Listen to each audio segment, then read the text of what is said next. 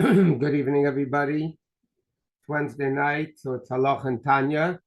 We're not going to start Rosh Hashanah yet, but I just want to mention, I'll mention later when more people come on, also that mitzvah next Wednesday, there's no class of a chasana, so there won't be a class next Wednesday, but Monday there will be a class.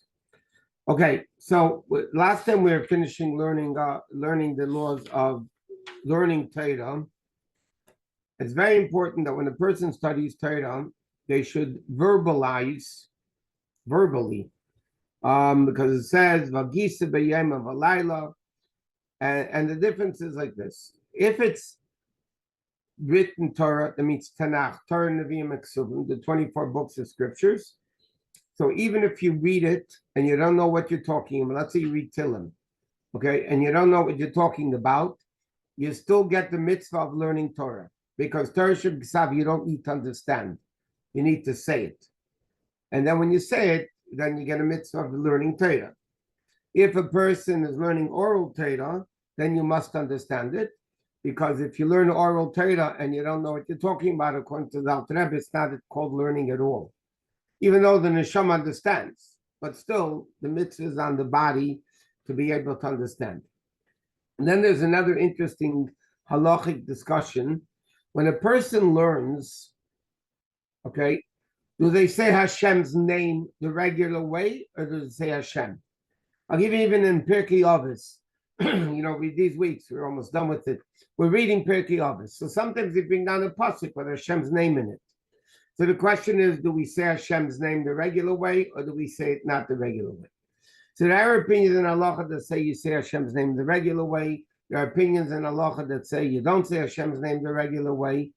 And generally the halacha, the consensus that the way we hold is based on what the Rebbe spoke about Pirkei Avos, and that is that we don't say Hashem's name when we're learning, we say Hashem. So if you're learning Chumash, you say Vayedaber Hashem al Moshe Lemar. Okay? If you say a whole pasuk, technically you can say Hashem's name. Now, when you're learning with little children and you need to teach the children how to make a bracha or how to daven, so then that's not saying Hashem's name in vain, because you're actually educating them how they should be able to say a bracha and to daven. So that's not called saying a bracha in vain. Next dinim that we're going to learn is very important dinim. It's about the laws of the Sefer Torah and the laws of Svarim. In general, holy books. They call it the last mitzvah in the Torah, according to some poskim that count the mitzvahs. According to one opinion, the last mitzvah in Torah is the mitzvah of writing a Sefer Torah. Every Jew has a mitzvah to write a Sefer Torah. A melech, a king, has a mitzvah in addition to the Sefer Torah that he writes as an individual, he has to write another Sefer Torah as a king. Okay, but bottom line is every Jew needs to write a Sefer Torah. According to many, many poskim, according to many, many opinions, we fulfill the obligation today by buying svarim. So you buy a Sefer, doesn't matter what language. You buy a sefer to learn, because it says in halacha, the Torah, it says really, you have to write this Torah, to learn and to teach. So years ago, people didn't have printed books like we have today. So years ago, people would learn from the Sefer Torah. That's what they learned from. Nowadays, we have books, so the Rishonim, like the Rosh and other people, write that nowadays, a person fulfills the mitzvah of writing a Sefer Torah by buying svarim. Okay, but still there's a mitzvah to write a Sefer Torah. So the Rebbe wanted to Fabrengen discussed why is it that we don't find very, very frum people don't write a Sefer Torah. Okay, granted, you could fulfill your obligation by buying svarim, but there still is a mitzvah to write a Sefer Torah. So why don't we find people that are very meticulous in all mitzvahs Yet they don't write they don't fulfill the mitzvah of writing a Sefer Torah. So the Rebbe explained that when you join a communal Sefer Torah, a community Sefer Torah, like then the Rebbe was speaking about Sefer Torah Mashiach, or the Sefer Torah for Klal Yisrael, for children to be signed up and to have a letter in the Sefer Torah. The Rebbe showed in halacha that if you participate as a partner in a Sefer Torah writing, because it's not feasible for you to do it yourself, it's considered as if you wrote a Sefer Torah. And that's what the Rebbe wanted, that every Jew should have a letter in a communal Sefer Torah. And it's I'm going to explain this because it's an interesting halacha. The Rebbe's explanation was, he said it also in reference that, on Yutas Kislev, they divide up the whole Gemara. Everybody takes a tractate and then they divide up the whole Shas. The whole Gemara is learned in a year. So the Rebbe explained there's a din in Hilchos Shabbos like this. Shnayim she'asu, if two people do a transgression of Shabbos, they do a malacha on Shabbos. Okay, I'm giving an example, even though it might not be correct. But let's say it's biblically forbidden to turn on a light. Okay, and two people turn on a light together. So the din is both of them did not transgress a biblical malacha, because the normal way of doing it is doing it yourself. It doesn't take two people. It takes 100 people to change a light bulb, but two people don't turn on a switch. You flick the switch yourself. Okay, so therefore, if two people turn on a switch together, then it's not the normal way of doing it. If it's not the normal way of doing it, it's only rabbinically forbidden. It's not biblically forbidden. The same thing if somebody, let's say, carries out a sefer into the street on Shabbos, so they're carrying, and it would be biblically prohibited. But what happens if two people carry it out together? They take the sefer and two people carry it out together. You're not allowed to, but it's only rabbinically forbidden. But what happens if two people carry a heavy table that each one on their own cannot do it? What's called in halacha, ze eino yochel, ze eino yochel. This one cannot do it himself, and this one cannot do it himself. And they carry out the table together. That's biblically desecrating Shabbos. Two people did it. If two people take out a sefer together, they're not biblically desecrating Shabbos. It's only rabbinically. Why, if two people carry out a heavy table or a heavy rock that needs two people to carry? Because that's the normal way of carrying it. So when two people do it together, that's the normal way of doing it. And therefore, it's considered as if they both did the whole thing. If they have to, let's say they did it accidentally, they both have to bring a sin offering. It's not that they bring 50-50, partnership in a sin offering.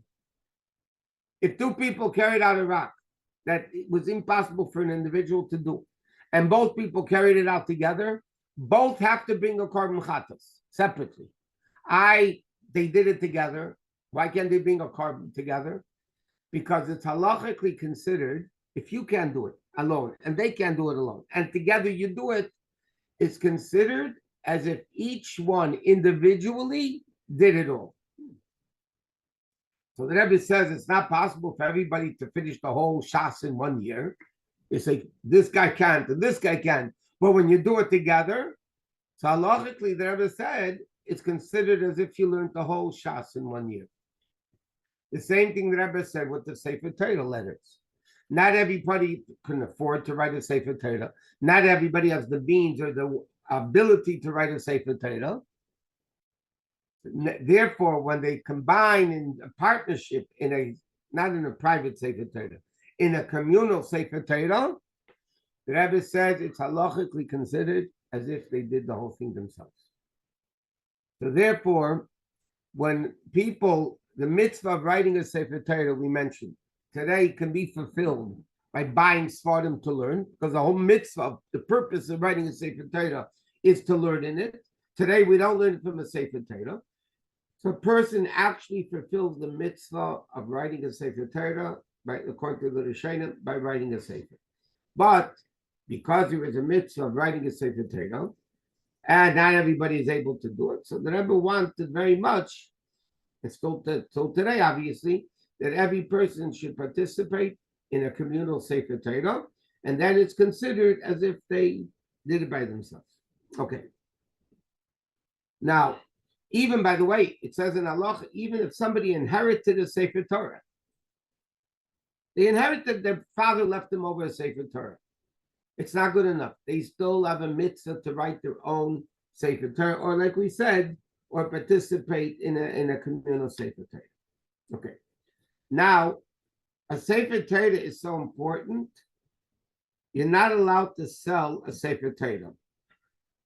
You're not allowed to, in Shulchan Aruch it says, the only time you're allowed to sell a Sefer Torah is if you need to learn Torah and you can't afford it, you don't have money, you can sell Sefer Torah, or to get married. Okay? There is another opinion, which is an uncommon opinion, but a lot of people are aware of it. To build a mikvah, there are opinions that hold that if you have another Sefer Torah, then you can sell Sefer Torah to build a mikvah. But it just shows the important, obviously it's not talking about the merchants that sell Sefer Torahs. Obviously they sell Sefer Torahs. But now there's another interesting discussion in halacha. Many people donate a Sefer Torah to, they write a Sefer Torah and they give it to the shul. So the question is, what is the proper thing to do? Do you donate it to the shul? Or is it remaining yours and you're lending it to the shul? When people write a Sefer Torah, what is the proper way of doing it? Because it could be two ways: either donate it to the shul, or you're not donating it to the shul. It's my Sefer Torah because then I still have the mitzvah of owning a Sefer Torah. If I donate it to the shul, then I don't have that mitzvah that I own a Sefer Torah. So, by the way, just for the accountants in the audience, if you donate a Sefer Torah, you want to get a tax write-off, then halachically it's not yours anymore. Then it belongs to the shul. You can't take it back when you leave, or when you move out, or you get angry at the shul, you want to take out your Sefer Torah. If you donated a Sefer Torah to the shul, that you're giving it to the shul, or to the school, or whatever it may be, and you're getting a tax write-off, so it means you're donating it, halachically it's not yours anymore. You can't take it back. So the general minig, which is done generally speaking in the world, is people don't donate the Sefer Torah to the shul. And then legally, according to halacha, you can't take the tax write-off because you're not donating it. It's yours. You're lending it to the shul. Therefore, it's still yours halachically. And then technically, if a person, for whatever reason, moves out, leaves the shul, then technically they could take the Sefer Torah, to wherever they go. Okay. By the way, another interesting halacha about a Sefer Torah, the Chamsi says you're not allowed to sell a Sefer Torah on an auction block. To bid on a Sefer Torah. It's disrespectful. Of course, it's disrespectful to make it like it's a commodity that you're like a painting that you're auctioning off. So, you shouldn't sell it in an improper way. Okay. Another thing is, the Gemara in Ksubis says, based on a pasuk, "Tzedkasei emedes la'ad," pasuk in Tehillim, that your tzedakah remains forever. The Gemara says that refers to people that write svardim and lend them to other people, or buy svardim and lend them to other people. Okay, so there is this mitzvah of owning svardim. In fact, one of the Rebbe's campaigns was Bais Svardim, that there should be a house full of svardim. People should have Jewish svardim in the house. You'd be surprised that years later, people finally open up a book and they were inspired by the books that they had from years ago, that they were sort of like the expression goes, collecting dust. Okay. Next thing is like this. A person has to have a tremendous respect for a Sefer Torah. Sefer Torah is the holiest object we have. It's a Sefer Torah. It's the holiest object. A person has to have tremendous respect for a Sefer Torah. That means it has to have a designated place. You can't just leave a Sefer Torah hanging around the house, wherever. It has a designated place. You have to have a respectful place for like an Oren Kodesh. You're not allowed to spit opposite a Sefer Torah. You're not allowed to hold a Sefer Torah without a cover. If you see a Sefer, somebody's carrying a Sefer Torah, halachically, you must stand up. If somebody's taking a Sefer Torah out of the Oren Kodesh or bringing it back to the Oren Kodesh, when they bring it around or whatever, you have to stand until the Sefer Torah is put back in its proper place. Let's say they're taking the Sefer Torah around the shul. Okay, when the Sefer Torah passes your table, it's going to the next one, you can't sit down yet. You're not allowed to sit down until the Sefer Torah is either on the bima where they're going to read it, or it's put back into the Oren Kodesh. And in fact, when a Sefer Torah, there's a din shchunar people don't do because it's just will get out of hand. When a Sefer Torah is walking, until you bring a Sefer Torah back to the Oren Kodesh, technically there's halachic, everybody has to accompany the Sefer Torah. It's not done today because it's going to be a balagan in the show. But in Shulchan Aruch it says what you must do at least is follow it with your eyes. That means, according to Allah, it's a very practical thing. When they take out a Sefer Torah from the Oren Kodesh, by Torah reading, Shabbos during the week, it doesn't matter. And they're taking the Sefer Torah to the bima or taking it around, wherever they're doing it. You have to follow it with your eyes. You can't just look at it and look down and that's it. You have to follow the Sefer. The Rebbe used to do that. Whenever they took out the Sefer Torah in 770, by Shachar, the Rebbe was standing on his place, and they took it out. And from the time the Chazan carried it from where he davened, from the Amud, all the way to mid shul where the bima was, clear because the Rebbe kept shulnot. He looked and was watching the Sefer Torah go from place to place to place. Huh? Even men, the women are behind the mechitza. It's hard for them to see it. But they can't sit down. Women can't sit down when they're taking a Sefer Torah around. They have to be standing. And they can't sit, even though they're in the Vaad shul, but it's the same room. They can't sit until the Sefer Torah is put back into the Oren Kodesh. By the way, I know Rosh Hashanah and Kippur is coming up, but there's a whole question in halacha, by the way.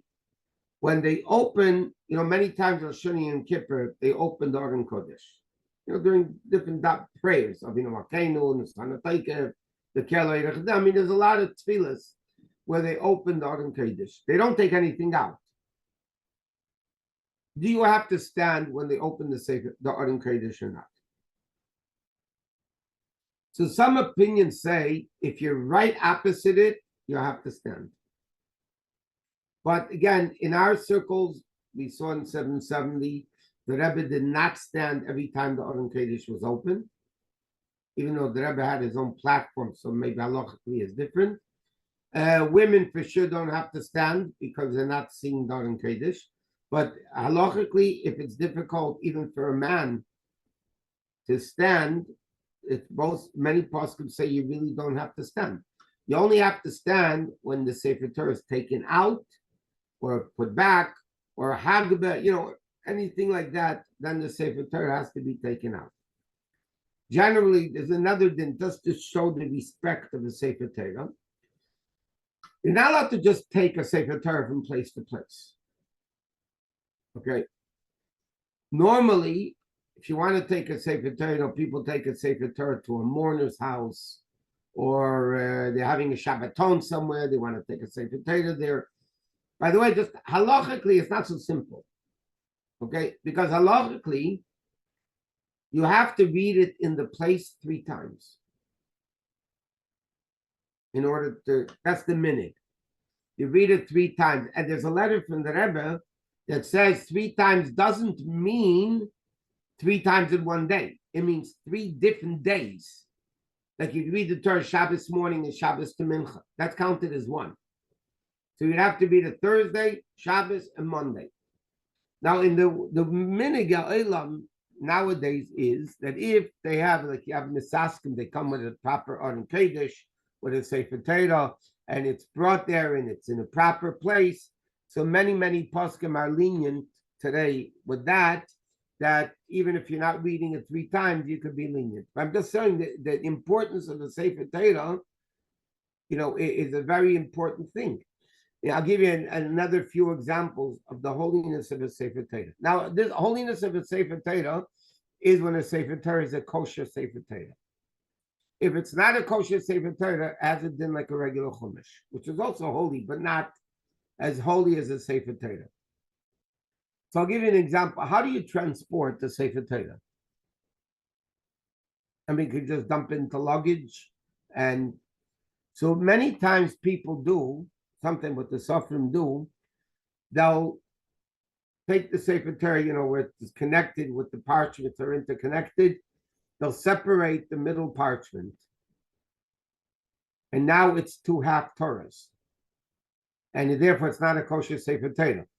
And then when it gets to the destination, they resew it, which is allowed. You can separate it and redo it. But then it doesn't have a din of a Sefer Torah.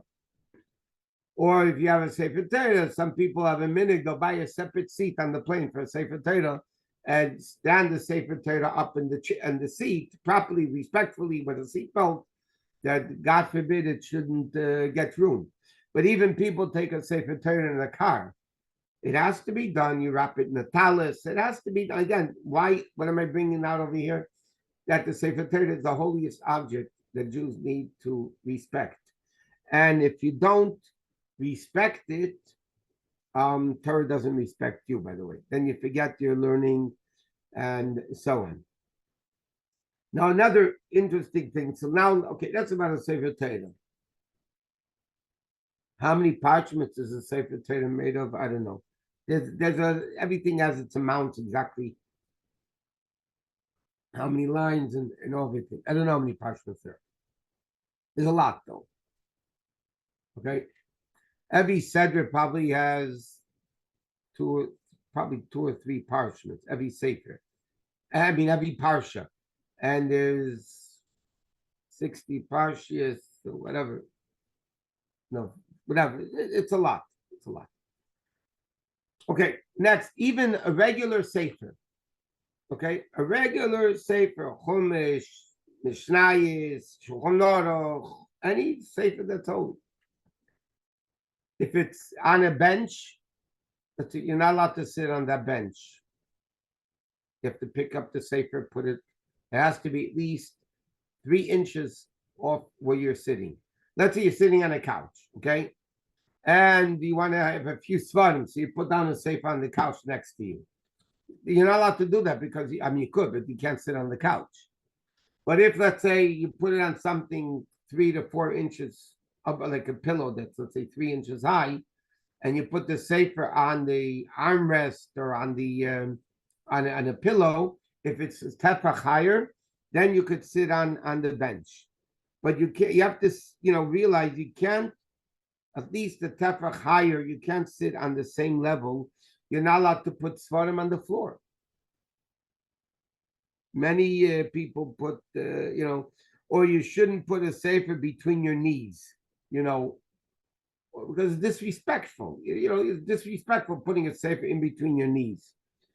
A sefer Torah you're not allowed to sit on. Okay, now there's another interesting halacha like this. What goes on top of what? So believe it or not, there is an order of svarim going on what goes on top. So then, in generally speaking, it's like this. Chumash, the holier the book, that's what goes on top. So Chumash goes on top of Nevi'im. Okay, or Ksuvim. Nevi'im go all the way on, and you put Chumashim on Nevi'im and Ksuvim. You could put Ksuvim on Nevi'im and Nevi'im on Ksuvim, but you don't put Nevi'im and Ksuvim on top of Chumash. There's Chumash, there's 24 books of scriptures, right? There's the 5 books of Moshe, then you have the Nevi'im, and then you have the Ksuvim. So Nevi'im and Ksuvim, like a Tilim, Yeshua, Shoftim, Shmuel, Aleph, Shmuel, Beis, all that, there's no order. You could put a Tilim on a Yeshua, even though Tilim is Nevi'im, it's Ksuvim, I'm sorry. But you could put Nevi'im on Ksuvim, Ksuvim on Nevi'im, that's not a problem. But you can't put them on top of a Chumash. That means if you're in Shul, and you to daven, and you're a religious Jew or Jewess, and you have a Siddur, and you have a Chumash, and you have a Tilim.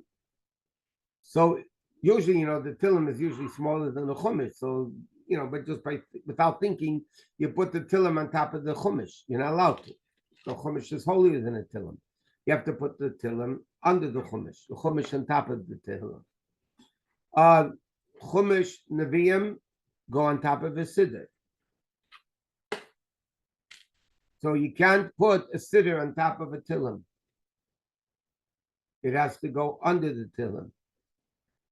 If you have, let's say, Shulchan Aruch and a Siddur, because a Siddur is davening and has psukim of Chumash and Tilim and all that, so a Siddur would go on top of a Shulchan Aruch or Mishnayos or any other those types of svarim, but you can't put a Shulchan Aruch on top of a Siddur, because a Siddur has psukim of Chumash, they have tefillas. A Siddur is holier than a Shulchan Aruch or another type of sefer, whatever it is. You definitely cannot put secular books on top of Sfar. That's for sure you can do. There's actually a whole order. So now the question is, by Chabadniks, what's the order with Tanya? Does Tanya go on top of a Chumash, under a Chumash? Bottom line is, in Chabad, we're strict. We don't put a Chumash on a Tanya. We don't put a Tanya on a Chumash. We usually just next to each other, not one on top of the next. But as far as, no, I didn't say Tilim goes below the Siddur. I said Tilim goes on top of the Siddur. I said you can't put the Tilim under the Siddur. You cannot. So the order is, you have Tanakh, first Chumash, then Nevi'im and Ksuvim, okay? And then you have other things. But generally speaking, like Mishnayos, Shulchan Aruch, all that stuff, that really doesn't matter. But what happens if somebody is in the middle of learning, okay? Let's say they're learning Chumash, and they want to look up a sefer, the commentary on Chumash. So then when you put it on top of the Chumash, that's not a big deal, temporarily, because you're doing it to understand the Chumash. So then it's all part of the learning. So then it really doesn't matter if for a few minutes the sefer, one sefer is on top of the next.